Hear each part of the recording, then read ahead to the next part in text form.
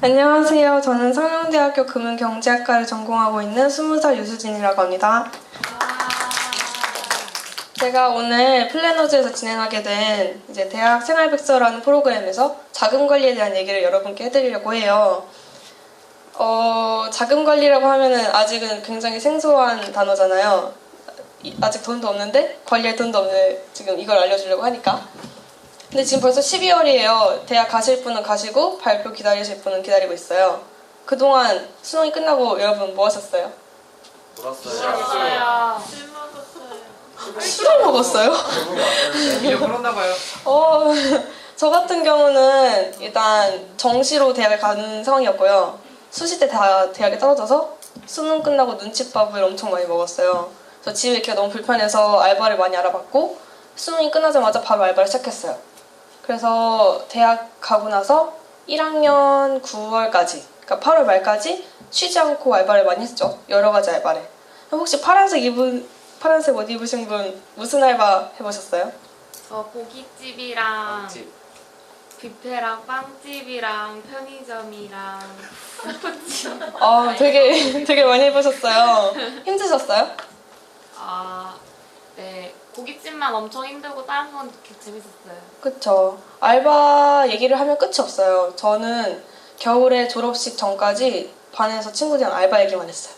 좋은 사장님, 나쁜 사장님, 시급 문제, 진상 손님 이런 얘기 하다 보면은 4교시 금방 가고요. 그래서 저는 알바로 인해 제 인성도 조금 달라졌고 알바로 인해 많은 생각을 하게 된 케이스라서 그 경험을 여러분께 전해드리고자 이 자리에 섰습니다.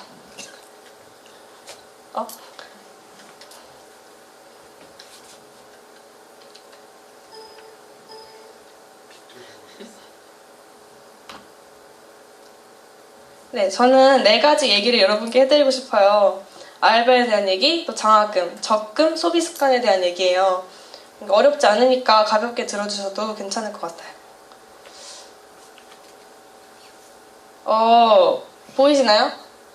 사진 속에 있는 사람은 전데요. 제가 가장 기억에 남고 가장 도움이 되었던 알바 중에 하나가 이태리 레스토랑 주방 보조를 했어요. 한 10개월? 한 7개월 정도 했던 것 같아요. 6, 7개월 정도? 굉장히 오랜 시간 했었는데 보이시면 저 뒤에는 설거지 제가 다 해야 돼요. 10시간 동안. 10시간 안에 저 설거지가 다 돌아야 음식이 나갈 수 있는. 가서 몸은 되게 힘들었는데 이제 가끔 맛있는 음식도 조금씩 먹고 뭐 요리하는 레시피도 많이 보고 그래서 굉장히 도움이 되었던 알바예요. 근데 여기 보시면 다양한 알바가 있잖아요. 서빙도 많이 해봤고 편의점도 있고 근데 그런 알바보다는 그래도 이왕 편하게 큰 돈을 받을 수 있는 알바가 좋잖아요. 제가 알아보기로는 한국은행 사무보조가 정말 저한테는 꿀알바라고 생각돼요. 여러분 꿀알바 좋아하시죠? 네. 고생 안 하고 돈 많이 받는. 이제 한국은행 사무보조 같은 경우는 일당 3만 원에서 4만 원 정도 받고요. 4시간 일해서 전화 상담해주는 서비스예요. 뭐 고객님 적금이 만료됐으니 찾아가세요. 이런 전화를 해주면 돼요. 빵 먹고 우유 먹고. 굉장히 꿀알바죠. 그에 비해 영화관 안내는 커플이 생기기 좋은 알바죠. 정말 미소지기들이 예뻐서 네 번호도 많이 따이고 좋은 알바고 음식점 서빙 같은 저는 굉장히 좋아하지 않는 알바예요. 저 같은 경우는 알바를 시작한 게 서빙이었는데 진상 손님들 알죠? 괜히 나한테 너무 시비를 걸려 하는 그런 손님 때문에 너무 상처를 많이 받아서 주방 알바로 들어간 거거든요. 손님 없이 나만 일하면 되니까. 그러니까 꿀알바 같은 경우는 일단 뭐 과외 알바 같은 것도 있고요. 학원 알바 같은 것도 있고 여러분의 성격에 맞게 사람을 많이 만나는 걸 좋아한다면 서빙이 좋을 수도 있고 저같이 이제 저 혼자 일하는 거 좋아하고 그냥 스트레스 안 받는 일을 좋아하신다면 혼자 일하는 뭐 사무보조나 주방보조 이런 알바를 하시는 게 좋으신 것 같아요. 이게 제가 영상을 준비했었는데요. 이 영상이 뭐냐면 돈에 대한 얘기예요. 제가 이제 고등학교 끝나고 대학 기다리면서 이 영상을 봤을 때 엄청난 생각을 많이 하게 됐어요. 이제 1,000만 원이라는 한 돈을 다양한 각도에서 해석한 그런 영상이었는데 제가 이 강연이 끝나고 이 주소를 다시 태그 걸어줄 테니까 한번 들어가셔서 확인해 주셨으면 좋겠어요. 그러니까 저는 이 영상을 보고 경제적 자립이라는 목표를 가지게 됐어요. 이제 경제적 자립이라는 게 스스로 돈을 벌어서 스스로 생활하는, 제가 만든 단어예요. 그냥 갖다 붙인 단어. 그러니까 저는 지금 한 달에 40만 원? 50만 원, 45만 원 정도 벌어서 통신비나 쇼핑, 저금, 교통비를 다 해결하고 있어요. 부모님으로부터 용돈을 받지 않고 제가 번 돈으로 생활을 하고 있죠. 그 부분에 대해서 부모님이 되게 기특하게 생각해 주시고 있는데 어찌 보면 당연한 거예요. 여러분이 어른이 돼갈수록 부모님과의 역할은 부모님 해줄 수 있는 분야는 좁아져요. 여러분이 이제 결혼을 하게 되면 여러분이 번 돈으로 해야 되고, 차를 사고 싶어도 뭐 사주세요 이러면 바로 나오는 게 아니잖아요. 어쨌든 여러분이 나이가 들수록 경제적으로 독립은 해야 해요. 근데 그 시기를 저는 이제 대학에 들어가는 시기부터 조금씩 준비했으면 좋겠다는 저의 생각을 가지고 있고요.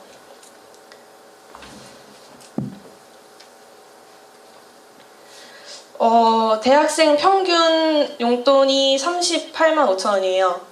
여학생은 35만 원 정도 되고요. 그러니까 지금 당장 38만 원, 35만 원을 벌어서 자립하기 어렵다면 뭐 부모님에게 20만 원 정도 용돈을 받고 10만 원 알바해서 벌어서 한번 생활을 해보고 그 비율을 조금씩 조정하면서 이제 연습을 하시면서 경제적인 자립을 하셨으면 좋겠어요. 경제적인 자립을 하면 좋은 점이 책임감이 생겨서 이제 혼자 살아가는데도 씩씩해지고 또 아무래도 생각도 많아져서 여러모로 도움이 될 거라고 생각이 됩니다.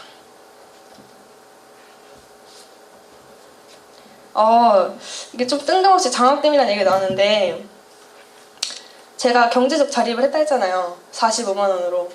근데 사실상 저게 완벽한 자립은 아니에요. 왜냐면 제가 저로 인해 나가는 게 등록금이라는 게 있잖아요. 여러분 대학 붙으신 분은 알겠지만 대학 등록금이 거의 400~500만 원? 저 같은 경우는 430만 원이 나왔었거든요. 그 돈을 보고 되게 깜짝 놀랐는데 사회 초년생인 제가 그 돈을 감당하려면 굉장히 벅차고 부담스러운 금액이죠. 다행히 부모님이 이제 등록금 문제는 지원을 해주세요.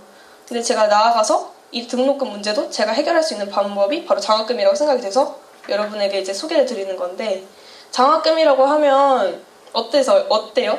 딱 단어로 하는 느낌이 부담스럽지 않아요? 공부를 되게 잘해야 될 것 같고 학교 생활 공부만 하면서 놀지도 못할 것 같은 느낌 되잖아요. 근데 장학금이라는 게 학교 홈페이지나 한국장학재단에 들어가면 다양한 형태로 장학금이 많아요. 저희 학교 같은 경우는 봉사시간 100시간 이상 하면 장학금이 나와요. 100만 원이. 그리고 뭐 면학 A, 면학 B 이런 식으로 자기가 취득한 점수에 비해 이제 다양한 형태로 장학금이 나와요. 그런 부분은 이제 여러분이 자주 학교 홈페이지에 들어가고 장학재단에 자주 들어가고 자주 체크하고 자기가 뭘 잘하고 뭘 해놨는지 충분히 확인한다면 장학금 부분도 여러분이 충분히 해결할 수 있다고 생각이 돼요. 그리고 또 장학금이라 해서 무슨 활동으로 인정받는 것보다 이제 근로라는 개념이 있는데요. 국가근로와 행정근로, 학교 기관이나 이제 나라에서 정해준 기관에서 일을 하면 시중에서 하는 알바보다 높은 시급의 돈으로 장학금 형식으로 받을 수 있거든요. 한 번에. 그런 개념이 있으니까 아마 학기 시작하기 전에 그런 이제 장학금에 대한 공지가 많이 올라올 거예요. 여러분이 그런 거 잘 체크하셔서 꼭 좋은 효자가 됐으면 좋겠습니다. 다음으로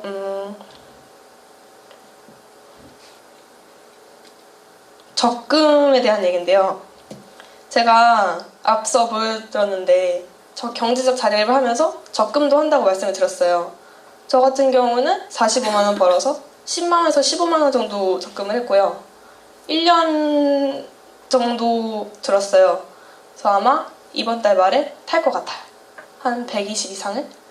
왜냐면 굉장히 꾸준히 부었고 빠짐없이 부었기 때문에 좋은 수익을 얻을 수 있을 거라고 기대하고 있고요.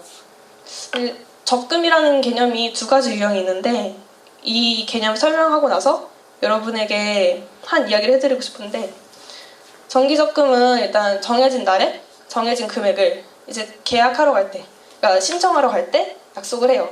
저 매달 3일마다 10만 원씩 1년 동안 넣을 거예요. 그러면은 우리는 꼭 넣어야 돼요. 안 넣으면 이자가 제대로 안 나와요. 우리 이자 받으려고 적금하는 거잖아요. 그러니까 약간 좀 부담스럽죠. 강압적이기도 하고 부담감이 있으니까. 그래서 사람들이 적금을 잘 안 하는 걸 수도 있어요. 다음은 자유적금인데, 자유적금은 정기적금과 다르게 자율적인, 그러니까 자기 경제 상황에 맞게 내가 뭐 이번 달은 좀 설날이어서 용돈 좀 많이 받았다. 그러면은 이제 좀 더 넣을 수도 있는 거고요. 뭐 다음 달은 뭐 내가 술도 많이 마시고 여기저기 놀러 다녀서 돈이 없다. 그러면 안 넣어도 되는 거예요. 대신 좀 의지가 없거나 깜빡깜빡해요. 이 통장에 있었나? 하고 이제 보게 될 때가 있어요.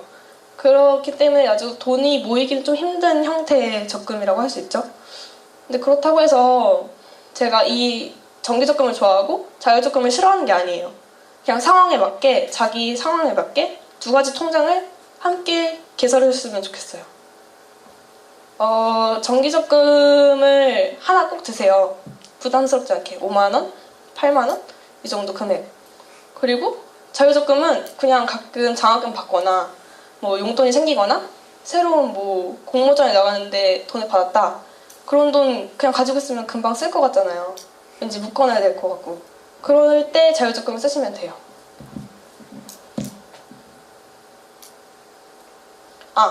제가 에피소드를 알려드릴 게, 제가 고2 때 통장을 하나 만들었어요. 자유적금을 만들었는데, 그때 새해 기념으로 통장을 만들었었는데 자유적금을 만들었거든요. 근데 이제 틈틈이 돈이 생길 때마다 넣어야지. 정기적금은 고등학생 신분으로 약간 부담스럽잖아요. 이제 이것저것 많이 사야 되고 놀러 다니고 해야 하니까. 그래서 만들었는데 한 3달 동안 넣었어요. 막 그때 한창 돈 많이 들어오는 기간이잖아요. 할머니 집 많이 가고 그럴 때니까. 그래서 그때 한 30 정도 넣었던 것 같아요. 그리고 나서 학교를 가고 정신없이 한 학기가 지나고 2학기가 지나고 방학을 하고 개강을 했는데 은행에서 전화가 왔어요. 통장이 만기됐으니까 찾아가라고. 그래서 나 통장 없는데? 그래서 가서 보니까 이 통장인 거예요. 고2 때 만든 통장. 보니까 3달은 정말 잘 넣었어요. 정확히 자주 넣었어요. 1,000원도 넣어보고 10,000원도 넣어보고 했는데 결국 3개월만 넣고 끝난 거죠. 그러니까 딱 순간 느낀 게 정말 이렇게 하면 돈이 안 모이겠구나 라는 생각이 들더라고요. 그래서 저는 이런 경험을 가지고 여러분께 이 2가지 적금 유형을 골고루 잘 쓰라는 얘기를 해주고 싶어서 이 자리에서 말씀드리는 거고요.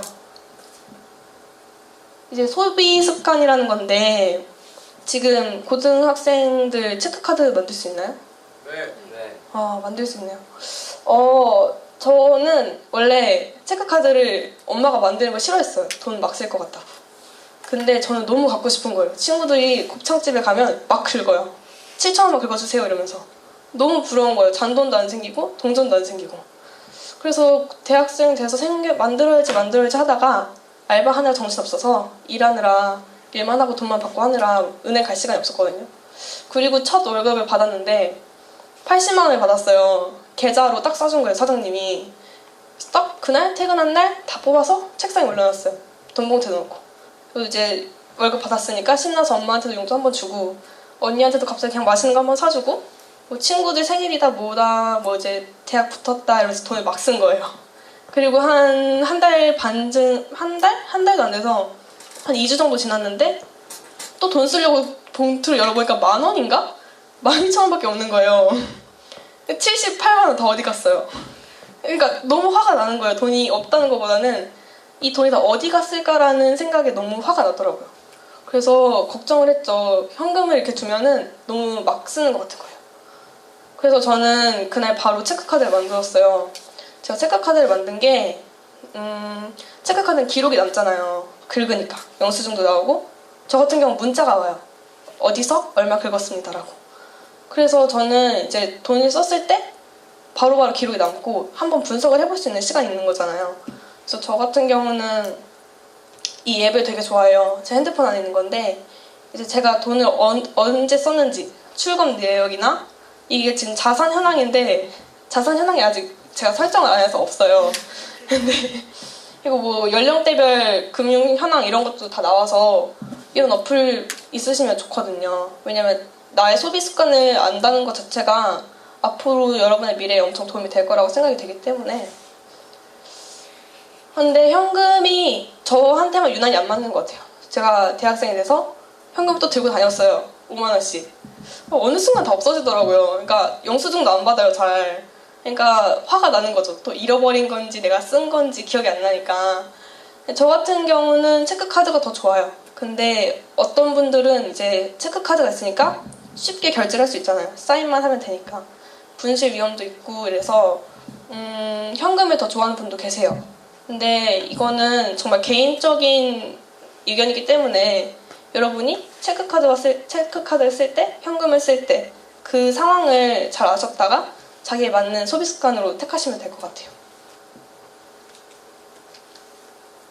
그러니까 제가 이 강연을 통해 여러분에게 말씀드리고 싶은 거는 주어진 경제 상황에 맞춰 사는 능력을 키웠으면 하는 바람이에요. 저 같은 경우는 이제 3년 뒤면 아빠가 퇴직이세요. 그러면 이제 저희 집안에 수입은 없죠. 그렇기 때문에 제가 오히려 이런 분야에 관심을 많이 가지는 걸 수도 있는데 저 같은 경우는 당장 3년 뒤에 제가 돈이 너무 없어질까봐 무서워서 이제 생활 제대로 못할까봐 이제 돈을 이렇게 조금씩 모으는 걸 수도 있는데 어차피 여러분에게도 언젠가 닥칠 상황이기 때문에 여러분들도 지금부터 많은 준비를 하셨으면 좋겠고요. 이 강연이 좀 지루하고 어렵게 다가갈 수도 있었지만 집중해주시는 모습 해주셔서 감사하고 다음 강연 재밌게 들으시길 바랍니다. 감사합니다. 네, 제가 또 영상을 보여드리고 싶었는데 이게 BC카드 옛날 광고예요. 김정은이 와서 막 빨간 옷에 눈 오는 날 부자 되세요 이러는 거 있잖아요. 제 바람이라서 여러분이 다 이제 합리적인 소비 습관 갖고 이제 넉넉한 삶을 살았으면 좋겠다는 저의 바람에서 이제 이 광고를 보여드리려고 했는데 제가 준비를 제대로 못해서 못 보여드리는 점 아쉽게 생각하고 있습니다.